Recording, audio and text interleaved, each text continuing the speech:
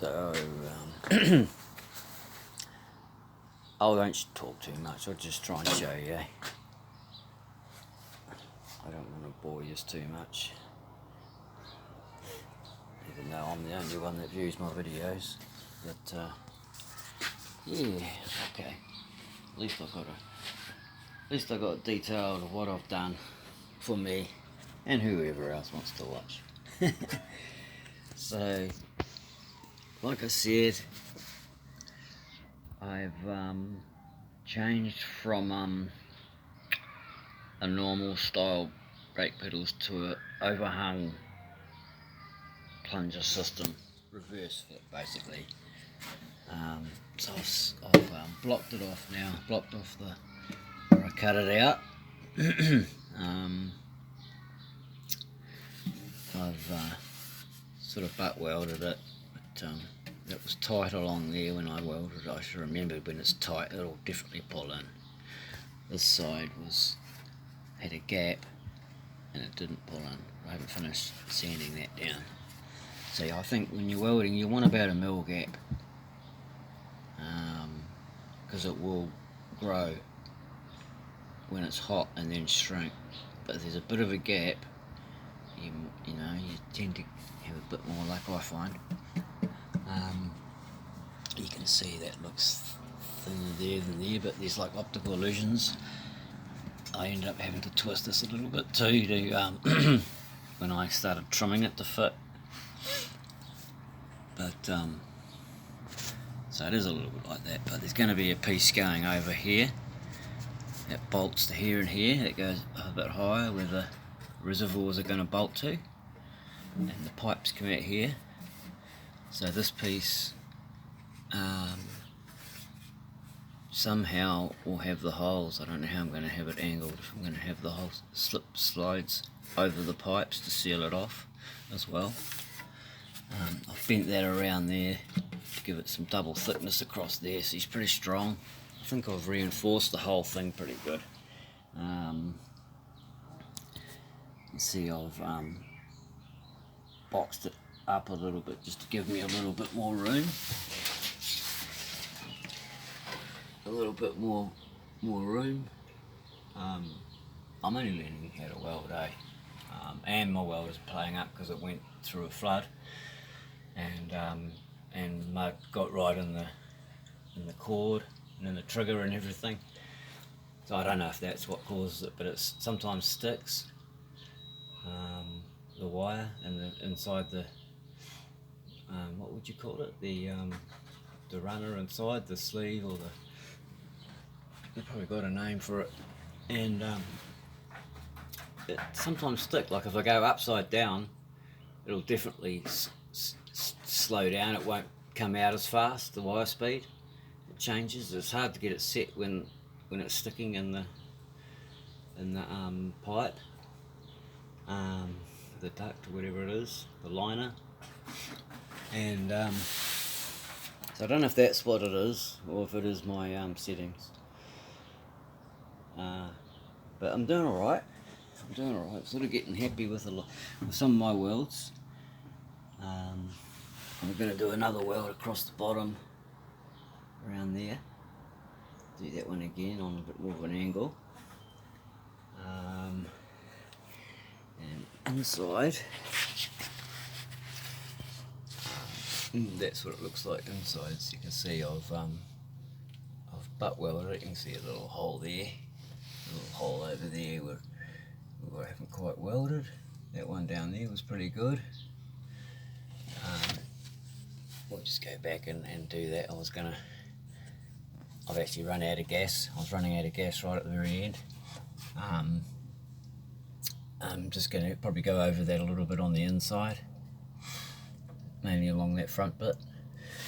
You can see up here I'll try and turn my phone up, but I can't actually see what I'm doing, but I've boxed it all off and welded it up, blanked the end off. It's pretty hard welding upside down and up and around the corner when you can't really see that well. I was laying on my back and this And so I've buttered that in and I'll weld that across there. I might run another weld across there too, because when I ground it down I think I went a bit too far, so I might do another weld along there. And I think that's boxed off pretty well. The brackets on the... Hey buddy, hey Tabby, ring-a-ding, don't you dare put your little sprays that you do everywhere on my car, boy, please. Please don't spray on my car parts. Please. Yeah, you want a pet? You want a pet? Oh, you lovely little fella. Yeah, it's a lovely little fella. I can see you've got arthritis in your legs because you had pins put in your legs when you were younger because you had funny legs. You had broken ligaments. I don't know what happened to you. It cost me an arm and a leg to get your arm and legs working again. But you're going to have arthritis, she said. And I can identify with that because I'm getting it in my wrists, and my left thumb is definitely gone. I'm like not even using this hand. I can't hold a nut, turn a nut or anything in this hand. I literally can't. That thumb and the pain that shoots down into my wrist there. Oh man. And see, I'm actually quite a skinny fella, but my hands look huge, but they're not. They're just swollen. Make them look shorter too, because they're just swelling in between the fingers and everywhere. So it's arthritis, and apparently a little bit of carpal tunnel, the neurologist said. So the whole thing, overworked hands. Overworked hands. So anyway, back to the real subject. Yeah, so I sort of want to rush it too before my hands get too sore or I can't even do this stuff. So I've been going mad this year, going to get the car done and the kitchen done, the floor in. 62, I reckon by 65 I might not even be able to do this. Now if my right hand goes like my left, then that's it. Anyway, so I want to rush in and get it done. Might have to do a bit of missing away. Anyway, and so this is my pedal, and this is my mounts. This is the mount that I've come up with, and that fits under there when it's like that hard up underneath there. It touches the steering wheel here. I'll get it fitting, touching, and then I may just clearance it a little bit on that so that it's not literally touching the steering wheel. The steering wheel's got a bit of movement, it's pushed right over that way, and the maximum of about ½ inch movement it's got that way. It'd be better if I could just get it over a little bit more, but it's just as far over as I can get it without getting too close to the accelerator. Accelerator sort of comes out like that. It's not like there. It's like hinges on an angle and the thing's up there. So it's sort of closer. But where it fits now is good because I can still get my foot in between the clutch to fit the dimmer switch, because I've got less room now because my tunnel, I'm added a 2mm thick flange around my tunnel, and the tunnel that bolts in has a 2mm flange on it too that mates to it with the nuts welded on, so it just clicks in both sides all the way around, 2mm flange all the way around, which strengthens it and leaves place just to bolt it together. But anyway, that comes over about that far too, so there's a bit less room for my foot in the dimmer switch. But with this skinny one on the tilt-in, and where it mounts, there is just enough room for the foot, so that's good. And they're right at the back of the firewall, where your feet are, so the pedals, be alright for a tall person. They're not going to be like way forward like for a dwarf, where the other style would have been a bit, you know, they would have been set so far forward that they wouldn't have been in sync with the accelerator, and you would have to move the seat further back, and they didn't look right. So I'm really glad that the guy that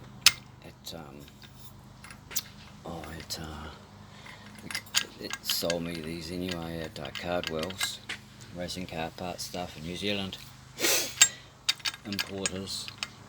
Lucky he suggested this one, because I just wouldn't have known. I told him I just thought that, you know, like 4 times more than a Willwood. That's what I thought, but maybe that's just their 9000 series, the real true racing stuff. They just do a slightly lower grade stuff it's still dearer than a Willwood, but it's just slightly more compact. I don't want to like put down Willwood, but it's just, you know, the difference is there's special washers in the where it hinges, where the pedal hinges in there. There's like spring washers in there that space it, and you can see them in there. See, and then there's no movement on the side pedal. It's nice and firm, but still loose. The Willwood one had that little, like, a middle either side, a couple of mils movement on each one, and like the original ones had no movement either. They were well bushed and stuff. So this is just as good as the original, and the pedals are pretty much in the same place except a bit lower, and just better too. It's just a better feel. Now I can heel toe with the old ones. The heel was literally underneath my toe was underneath the pedals on the originals. I mean, maybe if you had bigger feet, but you have to lift your feet up to put the brake pedal and the clutch in. You couldn't heel toe at all. With these you can heel toe. So I'm very pleased about that. So today I'm just going to keep building on this frame. I'm going to build a piece across this end and a piece across there. Maybe just a little bit of angle on it to give it a bit of strength. This one I was going to have it so it could be screwed into here as well with a bit extra support. But once it's all in, I'd have to have a little tiny angle screwdriver. I might still think about it. I was going to put a face on it with the round holes and everything, so I can use these to help mount it as well, give it more steady. But then I thought, because you'll want to set the master cylinders and all this stuff here up before you bolt it in, because you can't get to them underneath. You can't get to the adjustments underneath here, so you'd have to have it all, like, you can't have this up and then go fit a master cylinder, which you can slide the master cylinders on, but you might be able to get to them, you know, with a bit of difficulty, to screw the rods into the, you know, into their little places, into there and that.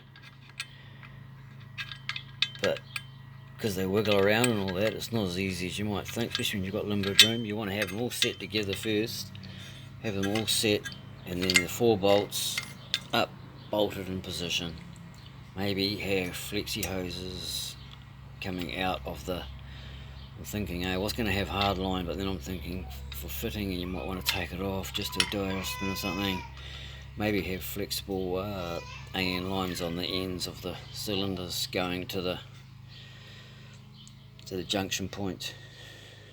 I'll think about all that as I get there. But so I can't put a faceplate on it because you can't slide the whole thing through with the master cylinders on into it when you're fitting it. You want to better just push this straight up, 4 bolts, a couple of screws, and that would be ideal. And with a bit top and that. I'm not sure whether I'm going to have to double thickness the after all those mounts can be made pretty strong, or reinforce those mounts strong. And there's one bit of 18 gauge there butted in. This side's a bit stronger because the mount goes under the frame, under the frame here. It starts there and it goes under this frame here. So that's going to be really strong, that one. There'll be no movement in that one. This one's just going to be in the middle of that plate there. Even though I've doubled it up at the top, you know, that's, I guess you could be a little bit of pull on that on the brake and that. Even though the brake's on this side, that mount's going to be solid. It's going to be mounted across there, across there, across there, all the way around. I may not even need to double it, so I have to wait till I put that on and then see if I need to just drop another piece on top to strengthen it all up and just go right over all that. This is a part of the old battery mount. I'll cut off the rest of it, but I've left a little bit of the foot there. I mean, it does actually add a little bit of strength to that area, but I might cut it out and grind it off. But it does mean there'll be probably little dips where the spot welds were in that.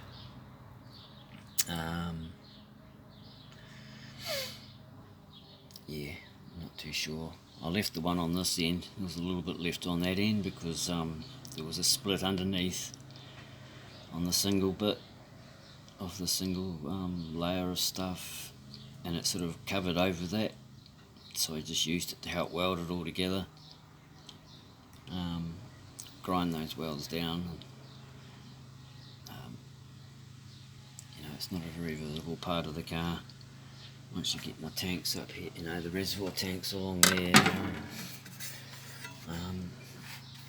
I've decided that my window wipers, because it can't go here anymore, it can't go there anymore because it's set right out here, and the carburetors are going to be coming in. I think this panel is going to need to be cut out, which is common. That's a common thing on Mark IIs. As soon as they put triple carbs on, they've got to chop this hump out and reverse it or make a new one to fit the carburetors in. So what I was thinking is mounting it on the other side, upside down, but in this part, upside down, so the bolts are there and it's on the other side of the guard. I know it's but it would, to me it makes sense because the wiring loom could still go. And there's just one spot where the cable could come out of one of these holes and just go over there, right through there, and you won't see the thing. I might have to make a little aluminium cover for it to keep the dirt and the rainwater off it, but that's what I'm thinking for that one.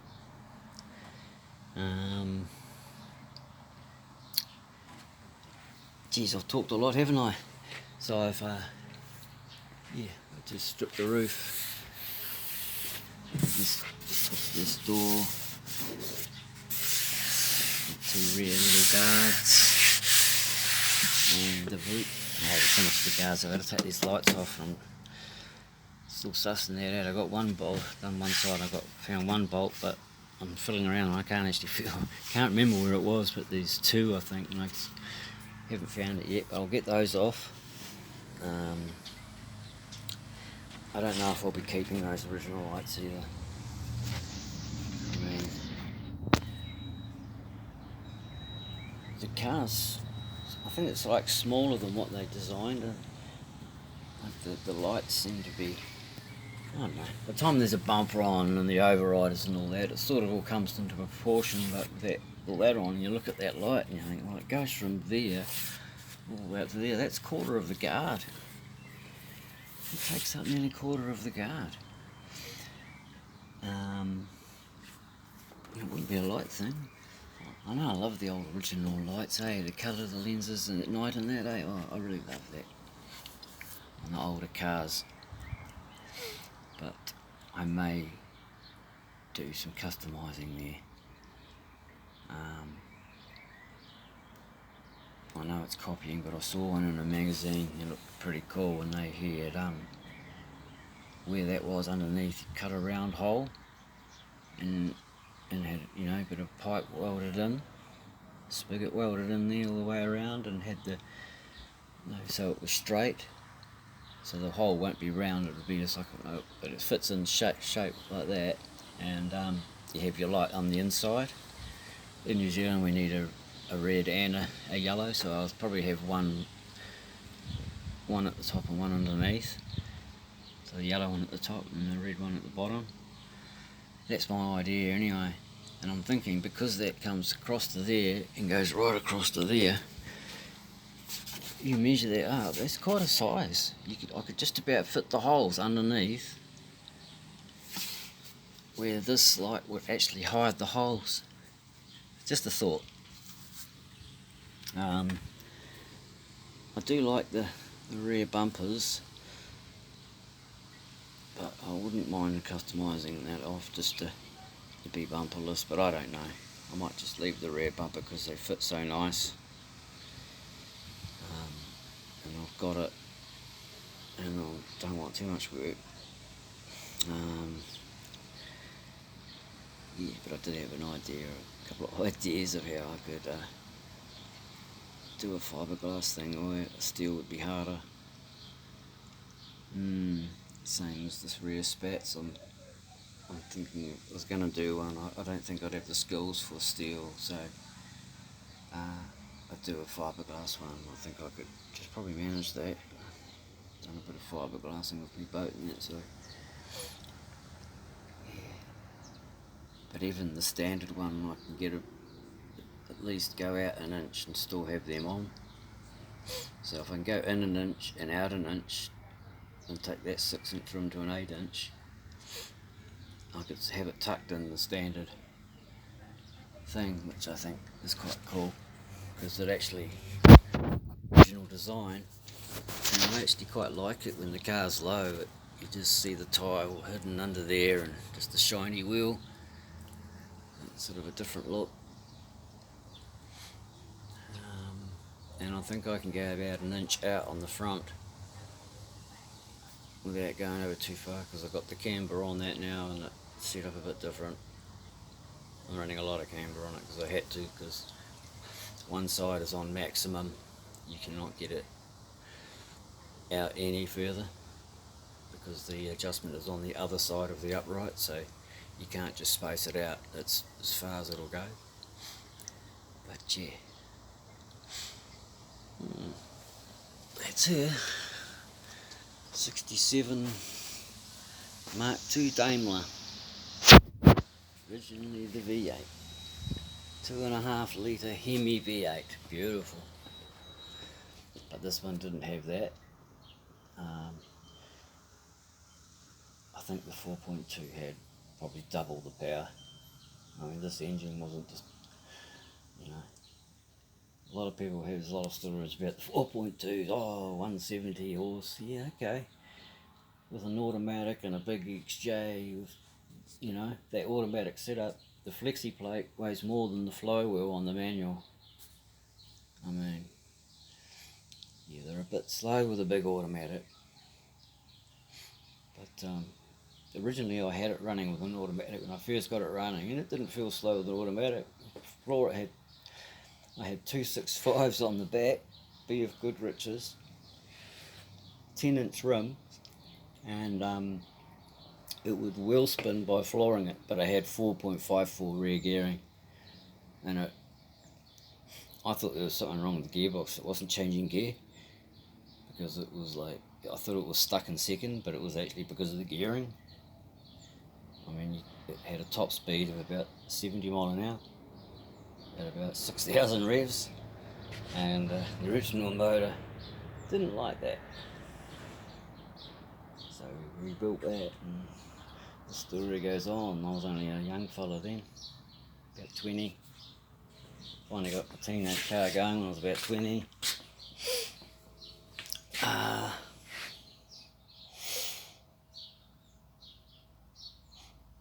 The front bit I did myself down there. The old guy that originally did the panel beating on this car and put the other guard on for me there because it was smashed in it. It was about an 80-something-year-old man, and he had arthritis, and he was just doing it in his spare time.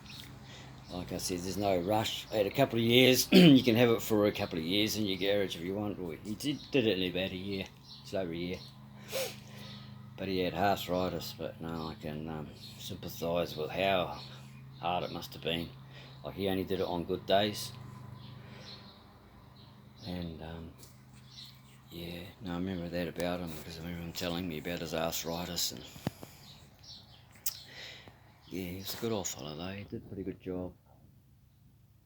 I could see where he had difficulties fitting the other guard. I could see why he had difficulties, because after the accident, he couldn't just mount it back in the same place. If he did, it was going to be like 8 mils too low. So I bolted this one, it's sitting 8 mils higher, but it actually fits the bonnet and everything now. Yeah.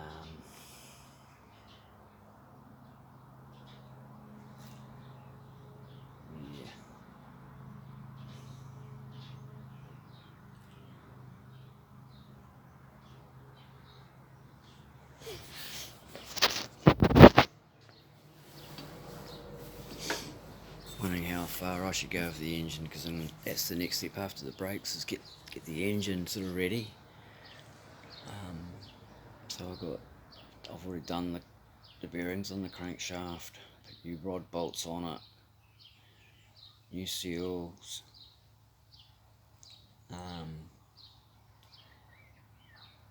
But I didn't pull the pistons because I'd already done the head previously, and that was all good. I'd already done all the valves, and then I ported the head and I put it back on. But after that I found that it probably did really need the pistons taken out and cleaning around the rings just to make sure. So I don't know. Just leave them as they are. Like it was a reconditioned engine, but only because it had been sitting, and the rings had come a little bit stuck to the side on one or two of the cylinders. I mean, a iron would probably fix it up, take the rings out, give it a iron, and that's what I should really do. But just to get it running in this case for building and getting the guard cut out for the thripples, I think I'll just do the seals on the gearbox, because I know the rear one was leaking, but I got the housing off, I got the seals, so I'll do all the seals on that. The clutch is about half worn to 3/4 worn, so I'll put a new clutch in it. I'm waiting for that. It should come in February, away from England. I should have just gone with the clutch plate, but oh well, clutch place, are local, but I don't know. And put it back together so it can actually go in it and get it fitting properly and have it running. Gee, look at half an hour video, me rambling on. Oh, I'll start getting minus views soon. Anyway, there's me porting. I didn't touch it with a grinder. I did it all with sanding, so I took a long time at it, just slowly. I just took out the rough bits and matched them up.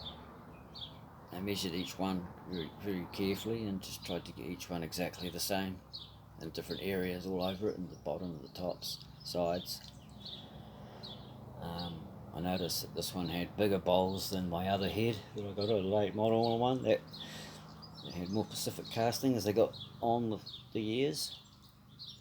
This one had a bigger ports inside, so I'm wondering if that had the reason why this one had well over 200 horsepower. But okay, that's it.